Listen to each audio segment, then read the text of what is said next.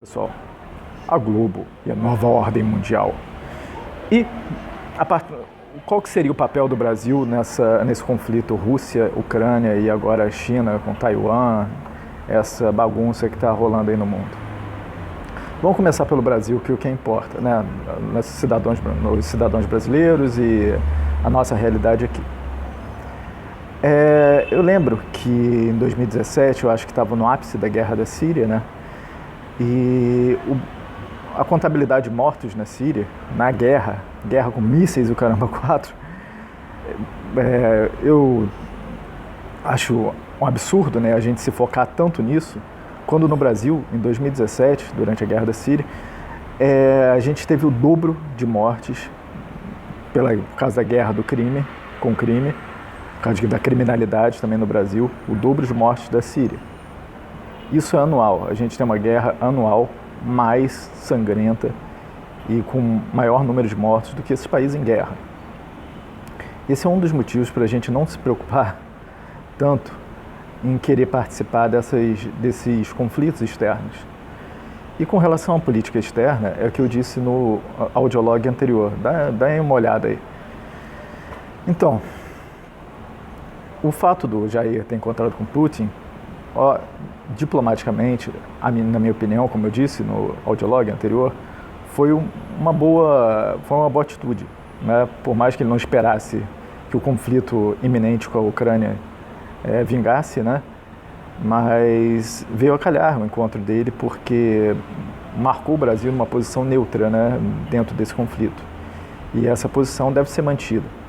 Muitos midiáticos, jornalistas, que para mim são mais panfleteiros ideológicos que jornalistas, e até alguns diplomatas, que a gente tem muito diplomata ruim, como a gente sabe, nosso sistema para escolhas de qualquer profissional, até para formação de profissionais, é muito falho, porque a gente é baseado em repetição e não em qualidade de raciocínio e cognição, inovação, nem nada.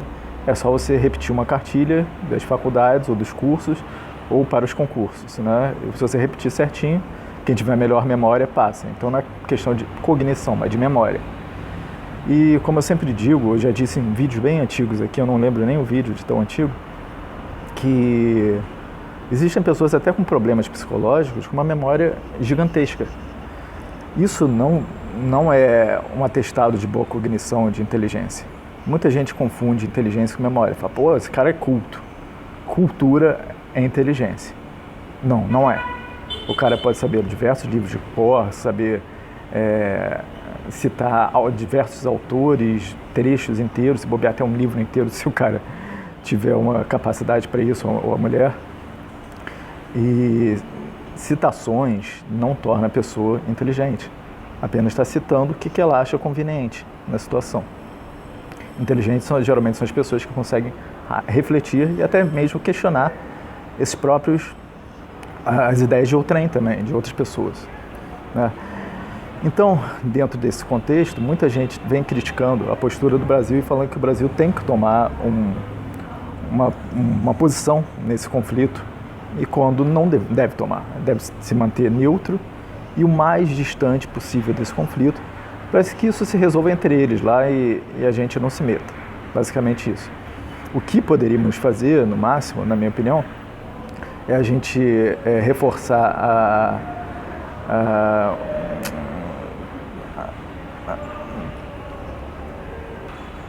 Desculpa, porque teve um barulho aqui, eu tive que parar um pouquinho. Reforçar a nossa vigia, vamos dizer assim, na entrada de pessoas aqui durante esse conflito, para a gente evitar qualquer surpresa, né? Saber quem está entrando e é isso, de onde vem e deixar isso bem, bem claro, né? Porque essa é uma época turística, né? E a gente está no período do carnaval, apesar de aqui não tendo carnaval de rua, essas coisas, mas é período turístico, então muita gente vai vir para cá e a gente tem que saber bem quem está vindo para cá, ainda mais nesse período, né, de guerra. Rússia, Ucrânia e que a OTAN está no meio e essas coisas. Mas agora indo a outro ponto que eu achei curioso e engraçado até, né, até para amenizar essa situação, que é um assunto pesado, guerra sempre é. E o que eu tinha que ser dito, já disse no audiolog anterior. A Globo, na Globo News, né, foi engraçado que eles fizeram uma apresentação e botaram ali embaixo, assim, no rodapé, né, no subtitle, né, na legenda, botaram que começa a nova ordem mundial. Até um dos apresentadores falou assim: estamos no primeiro dia da nova ordem mundial. Acho engraçado que essa ideia de nova ordem mundial era usada como piada por esse mesmo pessoal que sacaneava todo mundo e falava que era teoria da conspiração. Eu não uso esse termo porque eu acho que isso é de política... Minuto. Voltando. Isso, dessa tal nova ordem mundial, a política externa, no geral, vem tentando criar novas ordens mundiais através do tempo. Uma nova ordem mundial, ou seja, um modo de organizar o mundo segundo as vontades de um grupo ou de grupos, né? E a gente vê desde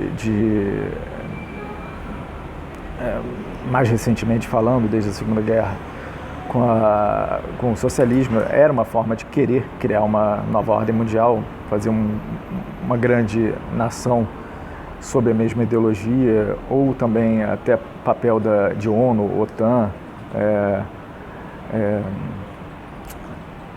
e seja o que for, qualquer organização internacional global tende a algo parecido com essa ideia de nova ordem mundial. E agora a Globo usa, eu achei muito engraçado usarem isso, quando eles, de certa forma, eles tentam rezar sobre cartilhas globais há muito tempo. Se, por exemplo, na OMS foi um exemplo. A OMS, tudo que a OMS falava, eles assinavam embaixo. Não havia contestação nem espaço, principalmente espaço para os contestadores, outros pesquisadores, médicos, cientistas. Então, a gente está no meio de uma transição que é benéfica para o Brasil. O mundo está vendo agora o quanto essa censura que essa mídia progressista criou beneficiou a grupos totalitários e grupos que tinham no controle da liberdade de expressão um grande poder, né? E, basicamente, eles estão sendo atacados por similares. Existe um antigo ditado em latim que é similia sibilibus curantur, que é semelhante cura semelhante. Eu não acredito nesse ditado, mas eu entendo ele, que fala semelhante cura semelhante, né? Na verdade, eu acho que ambos vão se bater de frente e nenhum vai se curar ali.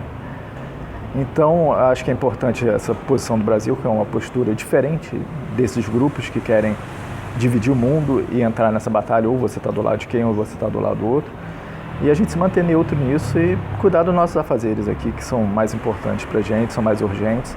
Como eu disse, a gente vive um país em diversas crises econômicas, na saúde, na educação, na parte de pesquisas também, que vêm sendo esquecidas pelo povo que é mais preocupado, mais focado em ter circos só. A gente vê Big Brother até hoje, sabe? Big Brother, edição 22, há 22 anos, isso aí.